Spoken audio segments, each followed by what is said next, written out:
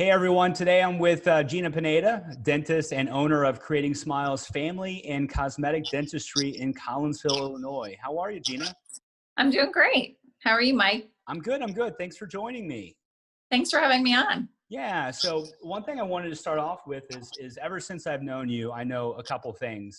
One, you're very passionate about being a business owner as well as your profession, but also you're a big fan of continual education.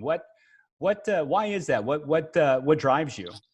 I enjoy learning new things. The profession of dentistry is always changing, and it's always important, I think, just to keep up to date on what's new in the profession. I also teach an aesthetic course, and so I enjoy teaching the continuing ed courses too, and teaching other doctors how they can improve their practice and improve patients' lives with creating better smiles for their patients. Nice. So it's fair to say giving back is pretty important to you as well?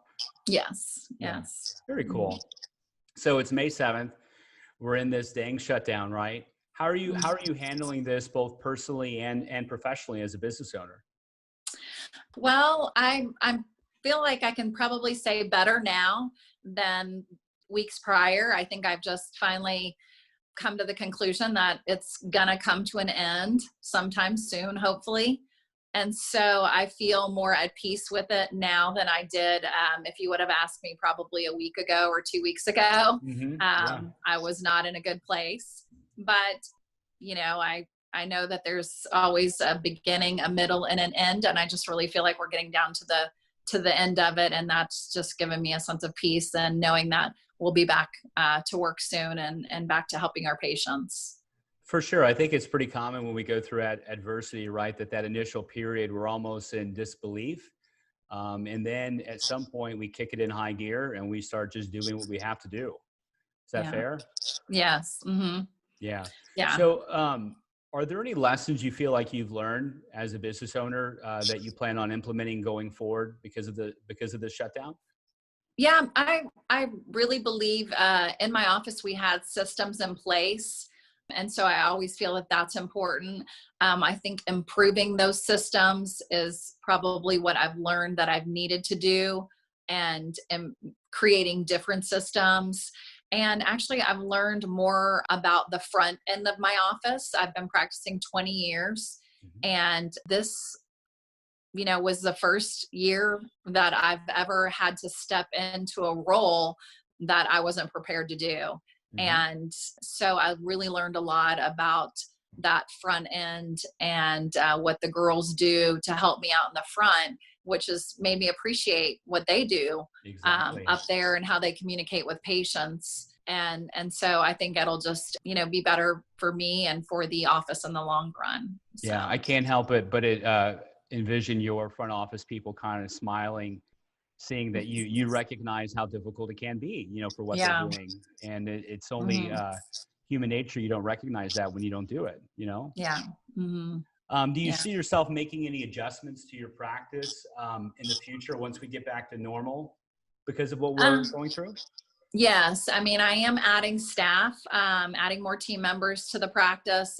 That's going to help with improving our infection control and also our procedures that will allow us to spread patients out a little bit further apart, and also the intake of patients now that we're going to have to do a pre-screening phone call, and then when they come into the office also screen those patients as they come in. So I will be adding some team members to help with that, and that way it'll help create those systems to kind of help keep things running smoothly. That's interesting. So not only do you have to do certain things, obviously, to make sure that things are properly, um, everything's clean, right? However you Mhm. would verbalize that while they're there, but you also have to call them and ask them some questions before they even come in. I didn't know that. Yes. Hmm. Yeah. Okay. So one thing that's great about your business is you have natural pent up demand, right? Not everyone's going to go to on a cruise. In fact, I'd guess many people are not. Hmm. Not everyone's going to be going to a Cardinals game for a while, but the reality is, whether it be your hip needing to be replaced, your annual checkup, physical, or your twice a year cleaning or root canal, whatever it might be, that you're going to be pretty busy once things get back online. Is that fair? Yes, we are. we're definitely going to be busy. We've already started booking some appointments all the way through August as far as our hygiene goes. And I think what I feel like, and after talking to many dentists all over the country, is that there's going to be just an increase in emergencies that we're going to see as we start back. Earlier, we were talking before we started, and you had mentioned when things get back online, doing a dry run with your employees. Would you mind elaborating on that a little bit?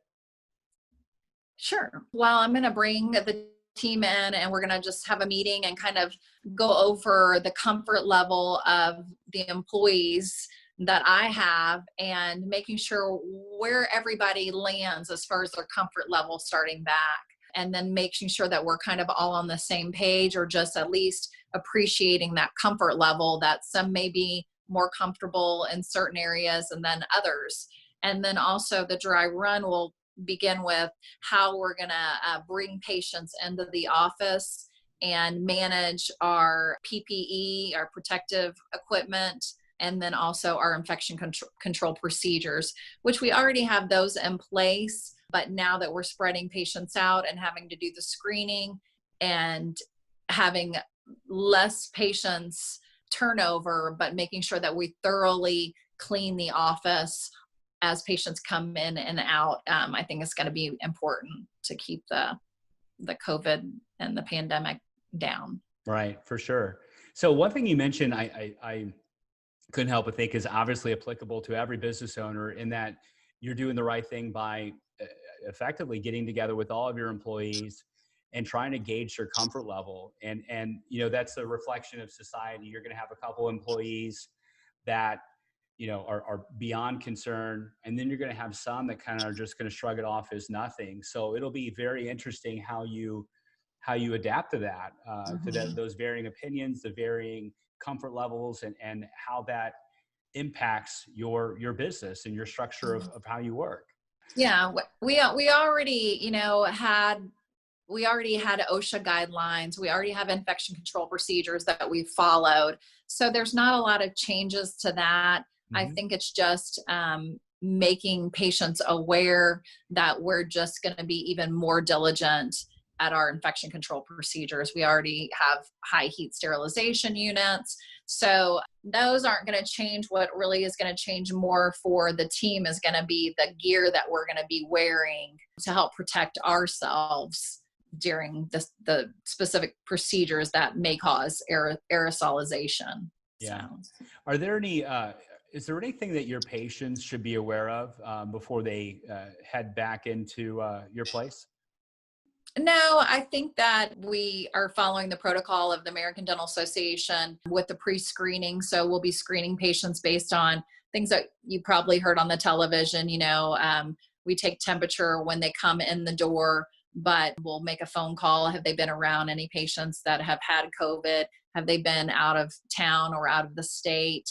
Have they had a fever in the last, 48 hours? Have they, do they have any heart, liver, lung, kidney disease or diabetes that we need to be aware of, which we already have a thorough health history that we go over with patients. Mm-hmm. So it's as a patient of yours, I would agree with that. It is very thorough, and that's in a good way. So it's just making sure that patients are comfortable coming into the office. And I just got off a Zoom call with about 5 or 6 dentists from across the country, and a few of them have already started this week. And what they said is that most of the patients are aware, but they trust us. Most of our patients trust us, to make those decisions as far as their healthcare goes. Yeah, so. Without a doubt. And again, I can't help to think that the average person wouldn't think that a dentist is collaborating with other dentists throughout the country to properly serve their clients. I mean, that's very cool. It shows obviously your commitment to your craft and to those that you serve. That's great to hear. Well, it was great spending time with you, Gena. I appreciate it. You're doing an amazing job, and I'm sure, like everyone, we're looking forward to getting back online and a little bit of normalcy. Yes, definitely. I'm counting down the days. That's right. Thanks for your time. All right. Thanks, Mike. It was nice talking with you. Bye. You too.